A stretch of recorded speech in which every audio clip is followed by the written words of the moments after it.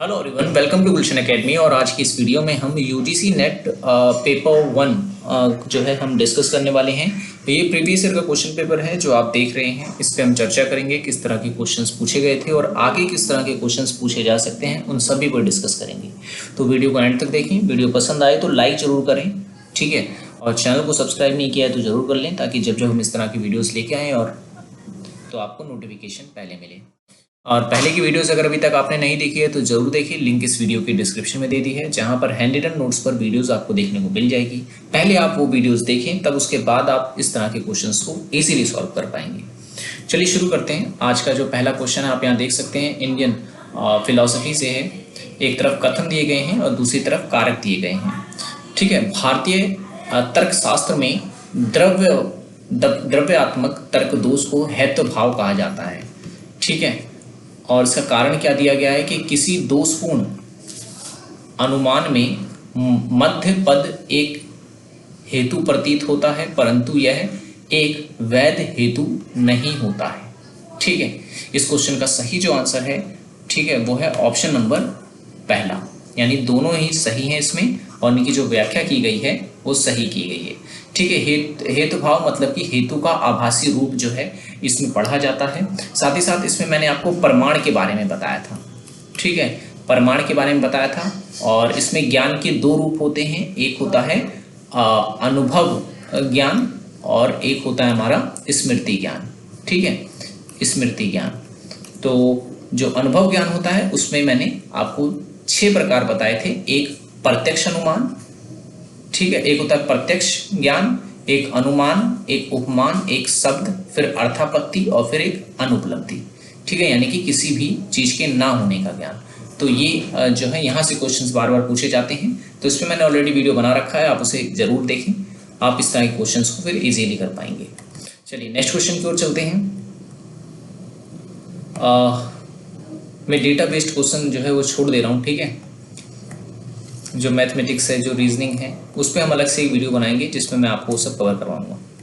Next question करें, चित्रों के लिए निम्न में से कौन सा एक वैध फाइल फॉर्मेट नहीं है, ठीक है। अब देखिए, जो पिक्चर होती है आपने देखा होगा, उसकी फाइल जो होती है उसमें लास्ट में BMP लिखा आता है, ठीक है, JPG लिखा आता है, ठीक है। तो इस तरीके से जो है आपको वर्ड देखने को मिलते हैं, लेकिन आपको WAV मतलब .wav जो है नहीं देखने को मिलता। तो BMP, TIFF, JPG, PNG, ये सब जो है ये किसी भी इमेज के फाइल के क्या कह सकते हैं कि फॉर्मेट होते हैं, ठीक है, जबकि WAV जो है वो नहीं होता है, ठीक है। ये चीज़ आपको याद रखना है। जैसे एक्सेल का EXL ऐसे करके होता है, और सबका अपना अपना फाइल फॉर्मेट अलग अलग होता है। इमेज के अलग होते हैं, वर्ड एक्सेल के अलग होते हैं, और MS वर्ड के अलग होते हैं। तो इस तरीके से होते हैं, ठीक है। नेक्स्ट क्वेश्चन की ओर चलते हैं। अब इसमें बोल रहा है कि निम्न में से कौन एक लिपीय भाषा है, ठीक है, लिपीय भाषा है। बहुत ही सिंपल क्वेश्चन है, अगर आपने बेसिक आपको पता है तो आप इसका आंसर कर सकते हैं। तो इसका सही जो आंसर है ऑप्शन नंबर 32 का, वो है ऑप्शन नंबर 4, विजुअल बेसिक, ठीक है, विजुअल बेसिक एक लिपीय भाषा है। जबकि आप देखेंगे C++, कोबोल्ट, ये सब जो है दूसरी लैंग्वेज है। नेक्स्ट क्वेश्चन है, अब यहाँ पर दे रखा है हमें कुछ की दे रखी हैं, उसको हमें मैच करना है, ठीक है, सूची 1 और सूची 2 पर भी। तो अंकीय कुंजी जो है, इसका सीधा आंसर पे पहले बता दो, इसका सही आंसर ऑप्शन नंबर 4, ठीक है, ऑप्शन नंबर 4। और एक चीज और, जो भी आंसर मैं आपको बता रहा हूँ ये ऑफिशियल आंसर की के थ्रू ही बता रहा हूँ, ठीक है। तो अंकीय कुंजी मतलब अंकीय कुंजी पटल में होती है। विशेष कुंजी मतलब विशेष चिन्ह कुंजी B यानी 4 मतलब स्पेशल की जिसे हम कहते हैं, उसमें ये की शामिल होती हैं। गैर मुद्रण योग्य कुंजी जो होती है वो कौन सी होती है, तो वो होती है बैक स्पेस, रिटर्न या स्पेस बार।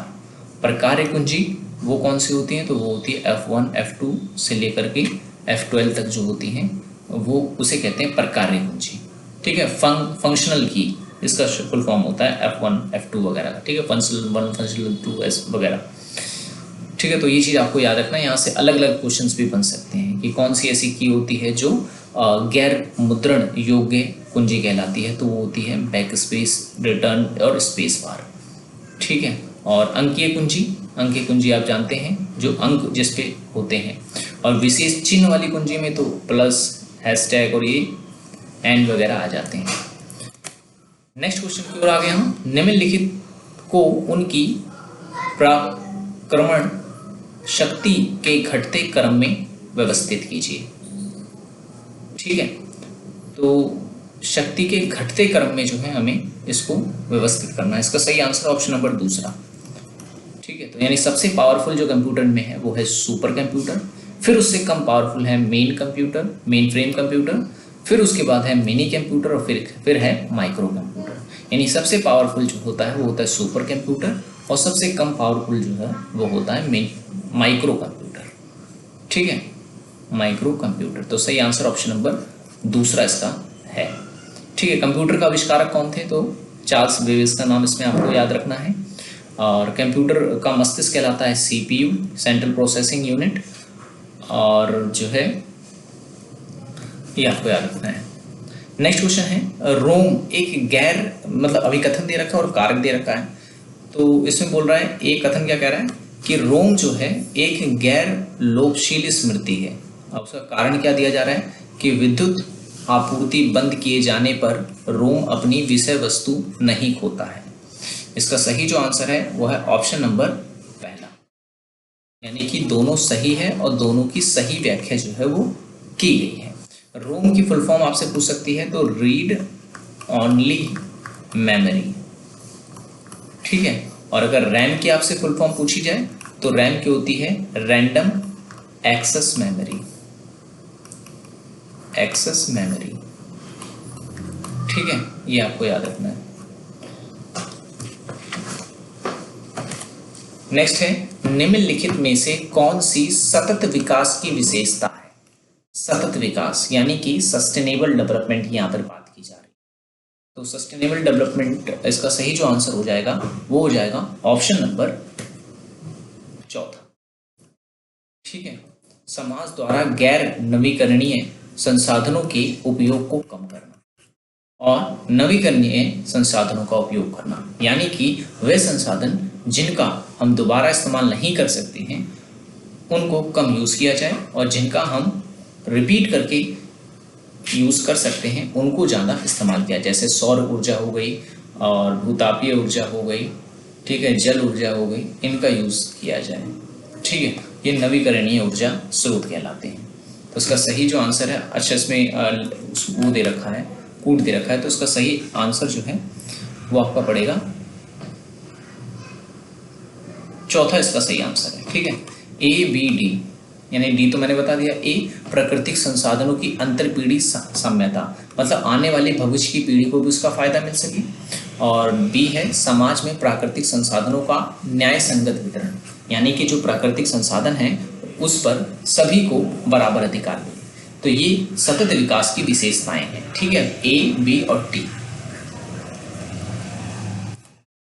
नेक्स्ट क्वेश्चन है, निम्नलिखित को अगस्त 2025 की स्थिति के अनुसार कुल सौर ऊर्जा की संस्थापित क्षमताओं के घटते क्रम में रखें। ठीक है, घटते क्रम में रखें। अब देखिए, ये जो है ये करंट का आपके लिए क्वेश्चन आ गया। करंट अफेयर से भी क्वेश्चन जो है एग्जाम में पूछे जाते हैं, तो उसको भी आपको कवर करने हैं। सही आंसर है ऑप्शन नंबर 4, यानी पहले आएगा बी राजस्थान, दूसरे पे है गुजरात, तीसरे पे है महाराष्ट्र और चौथे पे है तमिलनाडु। ठीक है, सौर ऊर्जा के लिए इन्होंने कार्य किया। नेक्स्ट क्वेश्चन है, मिशन लाइफ के उद्देश्य और उनकी कार्यवाही जो है वो यहाँ पे दिखाई गई है, इसको हमें मैच करना है। ठीक है, इसका सही जो आंसर है वो है तीसरा। ठीक है, यानी कि ए तीसरे से ऊर्जा बचाने की बात जो है इसमें की जा रही है, और उसके बाद बी का संबंध जो है वो चौथे से है, सी का संबंध दूसरे से है, और डी का संबंध पहले से है। ठीक है, नेक्स्ट क्वेश्चन की ओर चलते हैं। निम्नलिखित में से कौन सा एक मापदंड वायु प्रदूषण के साथ साथ ग्रीन हाउस गैस भी है? ठीक है, तो इसका सही जो आंसर है वो है ऑप्शन नंबर तीसरा।